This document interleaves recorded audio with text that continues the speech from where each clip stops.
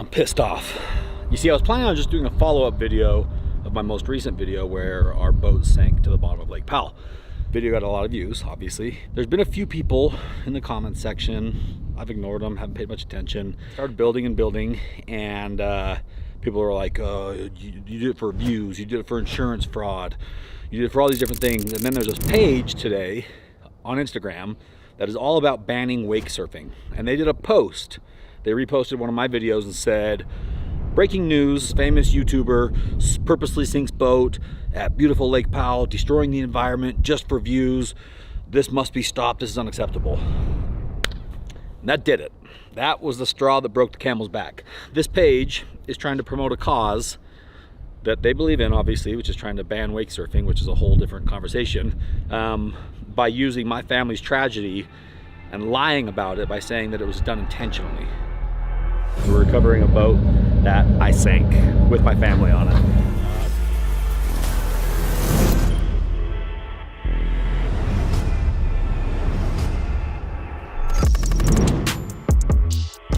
Well guys, the nightmare of my sunken Pavati is officially over.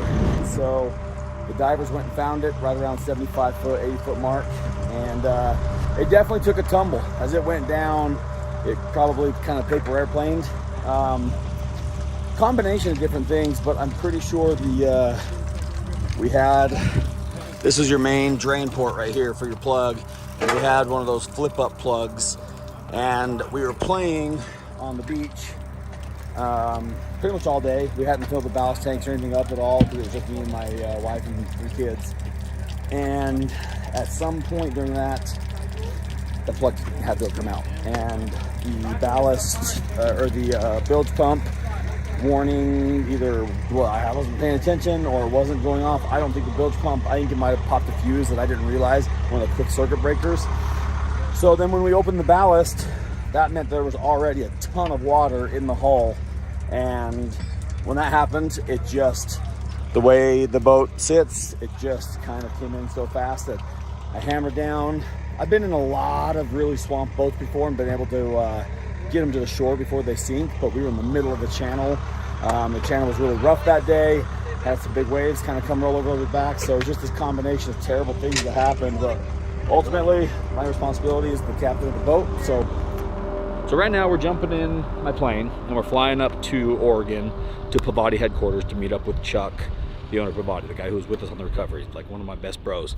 And he's got the boat and they've inspected it, they've gone through it, and we're gonna show you exactly what condition the boat is in, and we're gonna walk around and show you the damage, and we're gonna show you potentially some of the reasons and some of the factors that contributed to the boat sinking with my entire family on it. Because think about it. I'm by myself with my wife, my 9-year-old little girl, my 5-year-old little boy, and I think my other boy was 3 or 4 at the time. So 3 little kids in the middle of the channel at Lake Powell with all of our belongings in the boat, and I intentionally sunk it. Well, that just doesn't add up.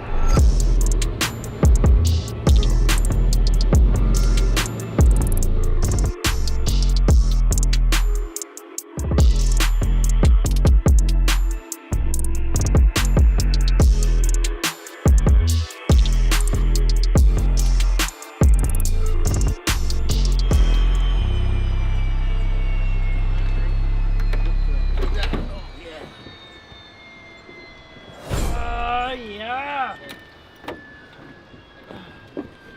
Oh! Oh, hold on. That's what I'm talking about. What's going on right now?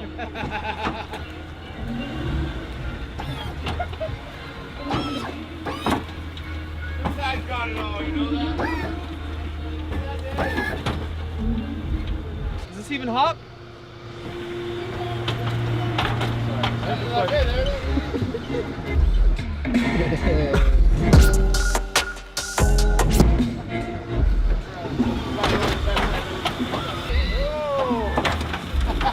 I'm in. Hey, bro. I know you've seen a lot of pit, but that's...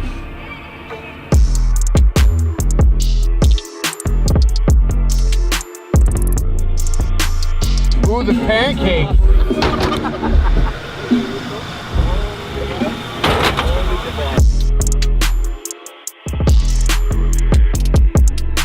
All right, guys, we are here at the Pavati headquarters in Medford, Oregon. Absolutely. White City, something like that. White City, Oregon. So this is Brody. Brody has been a good friend of mine for a long time. The man runs the show right below, basically, Chuck, the owner. He knows these boats inside and out. Let's go to my boat and let's talk about why it sank.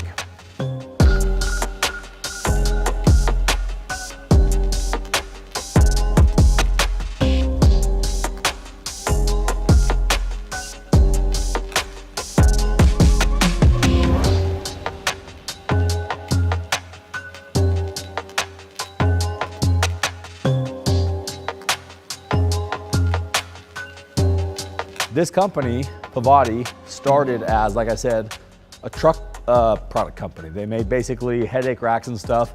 Now they're making flatbeds for trucks. As you guys have seen, we had one on the area giveaway truck.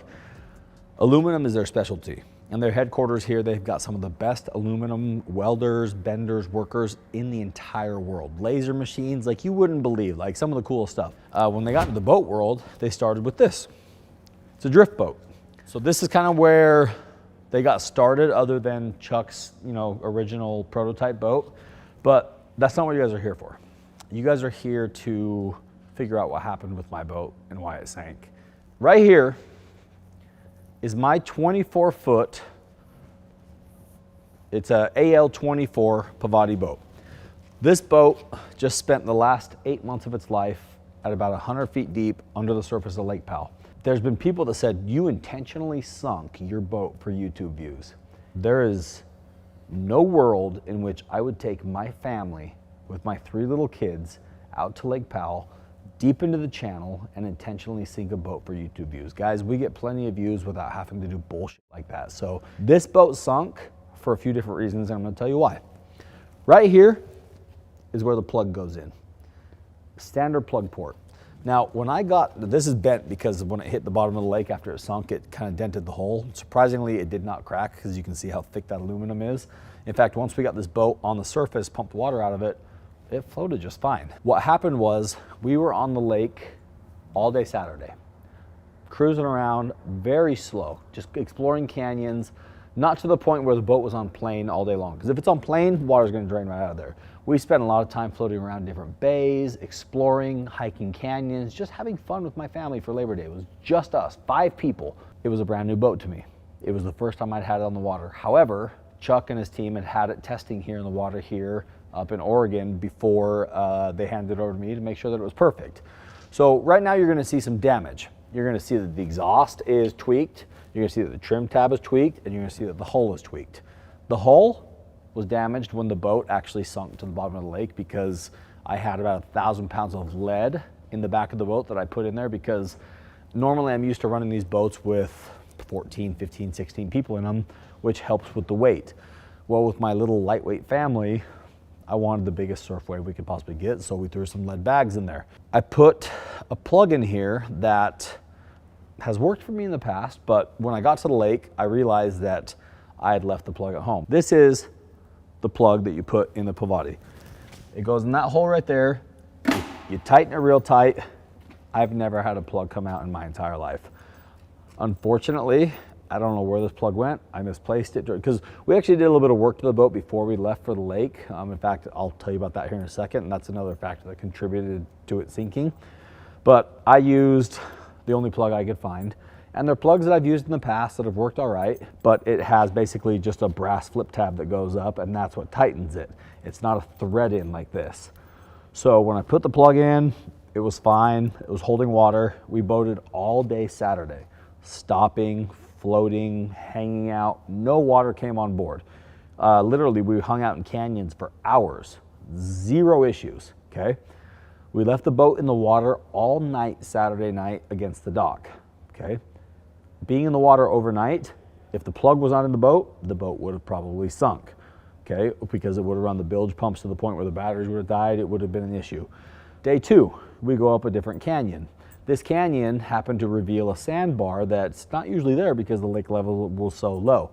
So what I did is I took this boat and I kind of backed it in towards the sandbar. And since these are aluminum boats, my favorite thing about it is to just run them into the shore because it doesn't damage it at all, because the aluminum is very robust. And one thing Pavati provides them, or prides themselves on, is you can beach these things just about anywhere. I don't know if you guys recommend that, but the boats put up with it because it's like, yeah, ultimately, I mean, that solid aluminum. Yeah, and depending on where the location of the boat is, we're focused on, our delta pad's over an inch thick solid aluminum. So, underneath, if you were ever to hit a log or even run over a boulder or rock on the prop, yes, you can damage the prop, the rudder, the shaft, but underneath is solid aluminum. So, I mean, you're not going to worry about any penetration there. And as you can tell, I mean, this has taken on serious impact. That sunk from 100 feet from the surface with 1,000 pounds of lead ballast, plus all my family's gear, plus all the ballast that was on board. It was hauling ass towards the bottom of the lake, and that is the only damage on the hull. And guess what? It still floats. We've had it in the water since we recovered it, and no water has come in. Once that plug was filled, it was fine. So what I need you guys to understand is, I'm a little reckless sometimes, but I'm not an idiot. I've been boating for over 20 years, and I've never had one single boating incident. I put the plug in the boat before it went in the water. That's the first thing I check. I'm not an idiot. However, I used a plug that wasn't this exact plug.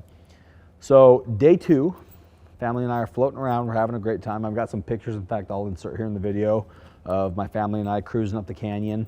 And as my kids were playing on the sandbar, rather than nosing the boat in, I backed the boat towards the sandbar because the swim step usually goes to about right here. So the swim step was the perfect height for my kids to be able to jump off, jump on the sandbar, play in the water, do everything they needed to do. But the contour of the lake and the sandbar kind of went down like this.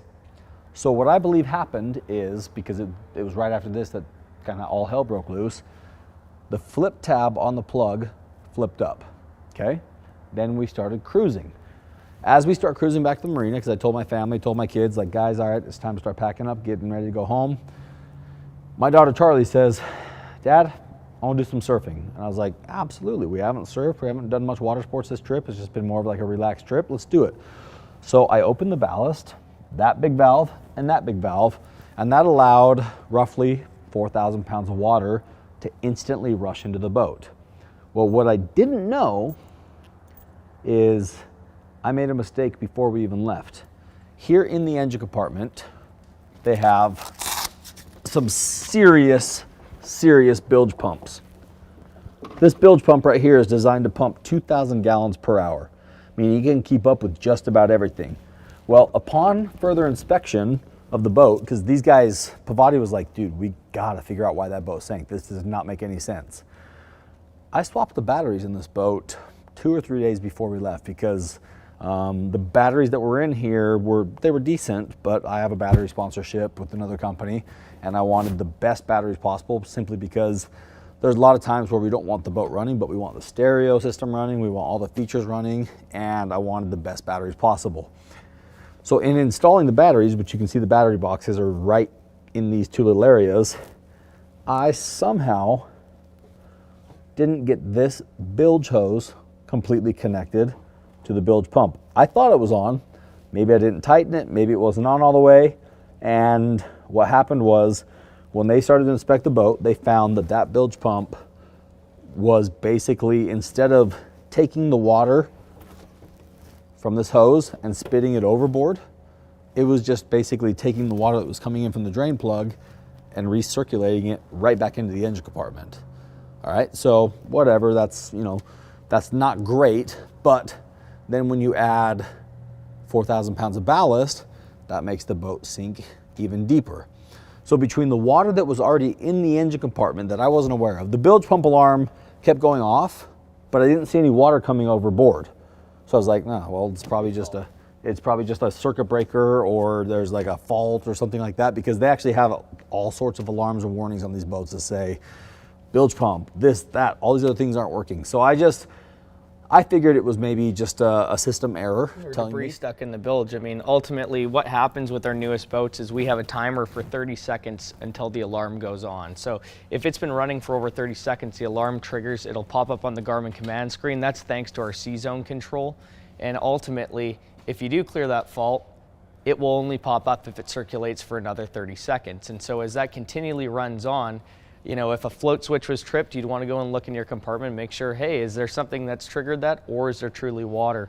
But unfortunately in this case, because you had full of ballast and we had clearly a plug issue, even if it wasn't fully out at that point, if there was a water intrusion, then what's going to happen? It's going to slowly fill the engine compartment up until the point of being over capacity, which would happen on any boat. These boats are obviously only buoyant to a certain degree. You can see it with any other brand out there. Yeah. If you have enough weight in a boat, it will go down, unfortunately. So once you have the ballast tanks full of 4,000 pounds of water, and then the hull starts to fill with water, and the ballast or the bilge pump is not pumping the water overboard like they normally do, which was 100% my bad, we were just taking on water and just continuing to just recirculate it. And so as we took on more and more water through the ballast tank and more water through the open drain plug, basically what happened was the boat got overloaded. I mean, it probably, when it went down, it probably had, no joke, somewhere in the realm of, I'll bet you the boat was weighing somewhere around 13 to 15,000 pounds. And that's, the water line was like right here, which I thought, no, it's kind of high. You know, normally when the ballast tanks are full, the water sits like somewhere in here, because the boat sinks low when you do get a lot of weight in it. Plus the lead bags that we had in there, because I was obviously trying to make the best surf wave possible because of the minimal people on board. So my wife says to me, hey Dave, it looks like the boat is sitting lower than normal. And I said, okay, well, these boats do sit lower than normal. Let me take a look at it. I looked at the bilge pump. I looked over both sides. It wasn't spitting out water, so I thought, well, it seems to be fine. Bilge either maybe is just have a error on the circuit or something like that, but really it's probably just doing its thing because we have so much weight in the back, and that's what's happening. Unfortunately, I was wrong. And as the boat continued to bring on more water through the ballast system, it also continued to take this open port right here and allow more water to come into the engine compartment, which is also the entire hull. Basically, in a matter of a few minutes, I mean even 30, 40 seconds, the water level went from about right here to right here. And that's when my wife and I said, there's a problem. We're taking on too much water. And so we grabbed the bail bucket and started bailing as much as possible. I then jumped in the driver's seat and I said, if we're taking on water somewhere, I got to get this thing to the nearest beach to be able to at least run it ashore so that it doesn't sink. I got in, I hammered down, floored it for about 15, 20 seconds. And then all of a sudden I heard a brrr, which meant the water went inside the engine. The water just sucked up, just gulped up the engine, killed the engine. At that point, we were dead in the water. My thought process was, okay, my kids are all wearing their life jackets. My wife has her life jacket on. Everybody's secure. I'm gonna jump off the bow of the boat with the anchor line, and I'm gonna swim to the nearest shoreline, which was maybe, I don't know, 100, 150 feet away, and I had the anchor line in hand. Because I thought if this boat sinks, at least if I'm able to tie it to a rock, I'll know where it's at. Because in the channel at Lake Powell, you run into spots that are anywhere between 80 to 200, 300 feet deep. And I didn't know exactly how deep we were. However, right before it went under, I did look at the depth finder, and I noticed that we were right around 100 feet. So as I'm swimming to the shore with this rope in my hand, thinking that my family is, you know, bailing out water, they're okay, I feel a big tug on my shoulder. And at that same time, I hear my wife scream, Dave, the boat's sinking. I turn back, and the boat does basically the Titanic. The back of the boat goes under because it was taking on so much water, and then all I saw was the tip of the boat like this, and it went straight down. This is when God stepped in. Divine intervention, I'm telling you. Charlie and Bo, my two oldest, Charlie, my oldest daughter, she's 10 now, Bo's my boy, he's 6. They both had their life jackets on. They jumped off the front, just floating in the water, no big deal. Ashley was back here trying to bail out water because she wasn't sure what was going on. Mac, my youngest, was also back here with her. He was 4 at the time, had his life jacket on. Ashley had her life jacket on. I did not have a life jacket on because I was trying to swim to shore. I didn't have time to think about it. Once I saw the boat start sinking, I obviously dropped the anchor line, swam back to the boat as fast as I possibly could to make sure that my family was okay, to make sure that nobody was going underwater, to make sure that nobody was sinking, to make sure that everybody had their life jackets on. And I'd say within a matter of 30 seconds to a minute, the boat went from visible to completely gone. And it was kind of crazy because it just did a full-blown yard sale on us. Anything that was buoyant popped right to the surface. Surfboards, life jackets, floaties, even my backpack, which isn't supposed to float. That was probably the coolest part about this. I'm swimming and along comes next to me my backpack, just bobbing along. Backpack had nothing buoyant in it. But however, it did have my passport, had a bunch of cash in it because I just sold the Razor, $30,000 cash, and my phone and a bunch of other stuff. And then from there, all of our other belongings sank to the bottom of the lake. I had tools, I had a one wheel, I had a bunch of personal stuff in here. You guys saw in the last videos, I was cleaning it out. There was all sorts of stuff in here that just went to the bottom of the lake. And I'll tell you right now, if this was a YouTube prank or a stunt or something I was trying to do for views, I wasn't gonna sink it with my family on board. And I definitely wasn't gonna sink it with all of our personal belongings on board. So it was a chain of unfortunate events. I should have paid more attention to the bilge pump. My family, they were all just floating there. We had our surfboards, everything that was like floatable and buoyant. And within about 30 seconds of the boat going under, the National Park Service was doing just a regular patrol of Moki Canyon. They came around the corner right as the tip of the boat went underwater, and my family was just sitting there with a full-blown yard sale. And so they pull up, and they're obviously bamboozled. They're like, "What are you doing?" And I said, "Officers, our boat just sank." And they said, "Okay, well, climb on board." And they put us on the Forest Service boat, and they spent about 20 minutes helping us kind of pick up our belongings that were floating. As you know, we recovered it from, I think it was sitting right around 95 feet when Jared from Adventures with a Purpose found it. And they hooked one airbag to it on the recovery day, which was able to take it from the bottom of the lake like this and lift the nose like that. Unfortunately, at that depth, it's really hard to dive for longer than about 12 minutes. Jared was underwater for about 20 minutes, which was very dangerous. They ran out of oxygen really quickly. Well, the oxygen they use to breathe is also the oxygen they use to fill the airbags that lift the boats. So the original plan was to be able to hook airbags to these hooks right here, because you can lift the boat from there, and then also one on the front. Well, we didn't have enough oxygen, we didn't have enough air, so they got one bag on there, and that's when we decided that we were going to use the winch on our Navy boat to be able to just see if we could winch it to the surface. And fortunately, the winch worked like a charm. The mile marker 18,000 pound winch was a champ. Now you'll see some damage here, and this is interesting. All this damage that you're seeing, this used to have a swim platform on here. You gotta remember, when we were dragging this boat across the bay, it was sitting like this. So as we went from 100 feet deep to 50 feet deep to 20 feet deep, eventually all of these components started to drag on the bottom of the lake, which is why the exhaust is all bent, which is why the trim tab is bent. I do believe that this dent happened when the boat hit the bottom of the lake when it sunk at first. The swim step broke off because obviously it was getting drug. But other than that, Prop damage, and then of course. yeah, there's some prop damage that got drugged, but other than that, you guys pressure tested the ballast tanks. They held pressure just fine. You checked the hull, no cracks. Checked every visible weld inside and out. Of course, we have not fully stripped down the boat, but we pressure test all the tanks, which give us all the internal bottom welds within the hull exterior and interior of the boat. So there'd be no water intrusion within those two tanks that again run the full surface length of the boat. On the exterior end, there's no visible cracks in the weld. Of course, the only water intrusion point that's visible is there's no plug in the boat right now. But ultimately, we've gone through everything that we can see in this boat. And other than, of course, the engine hoses we've gone through that were still all attached and finding that bilge hose that was loose, there's no indication of any other water intrusion point. Yeah. So for me, coming up here today was very important because ultimately, as the captain of the boat, it was my responsibility to make sure that this boat was watertight and perfectly sound. However, I've never encountered a plug coming out before.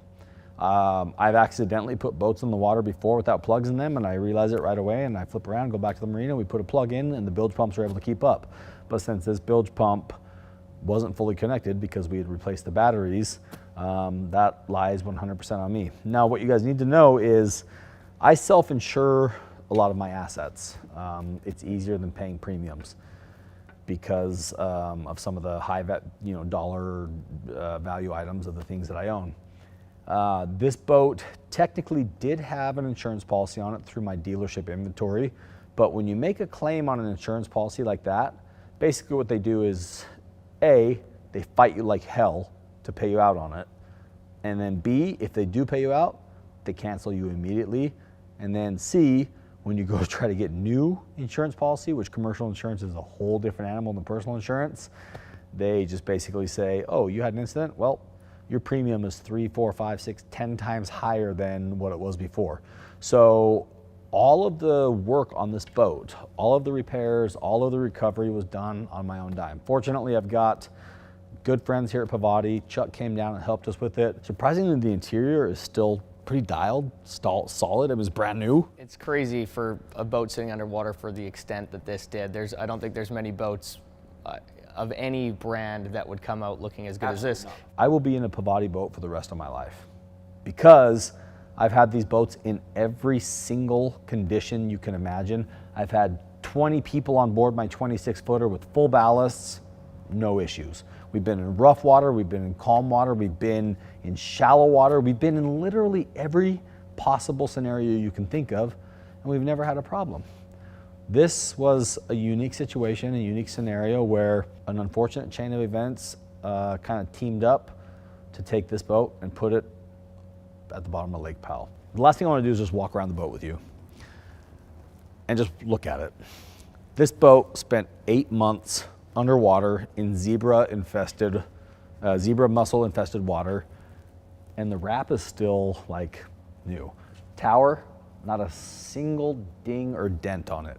The interior, pretty much like new condition. In fact, I've seen some stupid comments from people saying, oh, the steering wheel cover was still on. You must have sunk it intentionally. For all those idiots who say that, as I was going through the glove box, going through all my stuff that was in the box, I found the steering wheel cover, and as a joke, I looked up at Chuck on the beach as we were recovering and said, hey, good news, I found the steering wheel cover, and we put it on. I did not sink this boat intentionally with the steering wheel cover on it. Guys, just use a little bit of common sense and common courtesy and respect for me, please, because you know me better than that, and I don't have to sink a $400,000 boat to get clicks. We're all about cleaning up the environment, and truthfully, we're one of the very few people who sinks their boat at Lake Powell that actually goes back and cleans up the mess. This all rests on my shoulders. Pavati did exactly what they were supposed to do. They provided me with an excellent boat, and they always have, and they always will. So, guys, with that said, as you know, I started this video super pissed off because of some of the comments and stuff I've seen.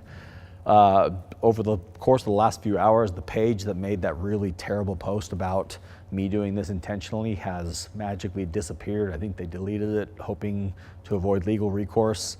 I mean, at the end of the day, I'm hoping, and our company is hoping, that Pavati's involvement with this video is to bring more awareness to safe boating, as well as just understanding the operations of the boat. If there's anything we can do to continue to make sure that each customer knows where to look in case of any potential failure in the future, or just challenge or issue that arises, we want to make sure our customers are knowledgeable, and obviously accidents happen. This is a freak accident, but we're going to be there for our customers.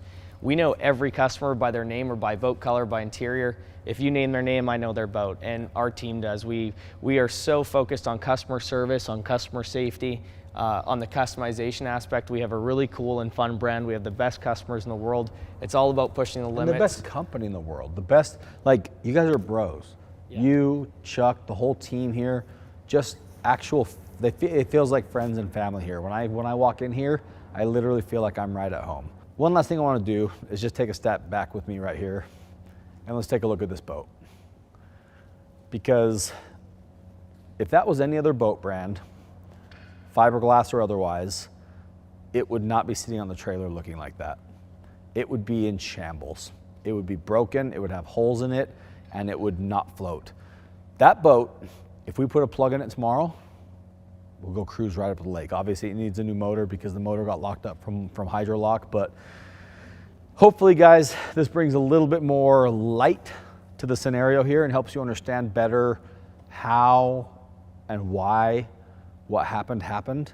And like I said, I'm not here to like wash my hands of it and say, oh, it wasn't my fault, because it definitely was my fault. Because as the father of my family and the captain of this boat, there's certain things that I needed to make sure were 100% certain. And sometimes those things are just almost impossible to know until they happen. So with that said, I'm a lifetime Pavati guy. I will be with Pavati for the rest of my life. I will continue to run their boats. I will continue to support this company because the support that I've received from them has been absolutely insane. Like, no other boat company would do this. They would say, call your insurance company, salvage it, whatever. Let us know when you're ready to buy a new one. With that said, I'm gonna go slap Chuck a high five. We're gonna jump in the plane, fly home, and do our thing.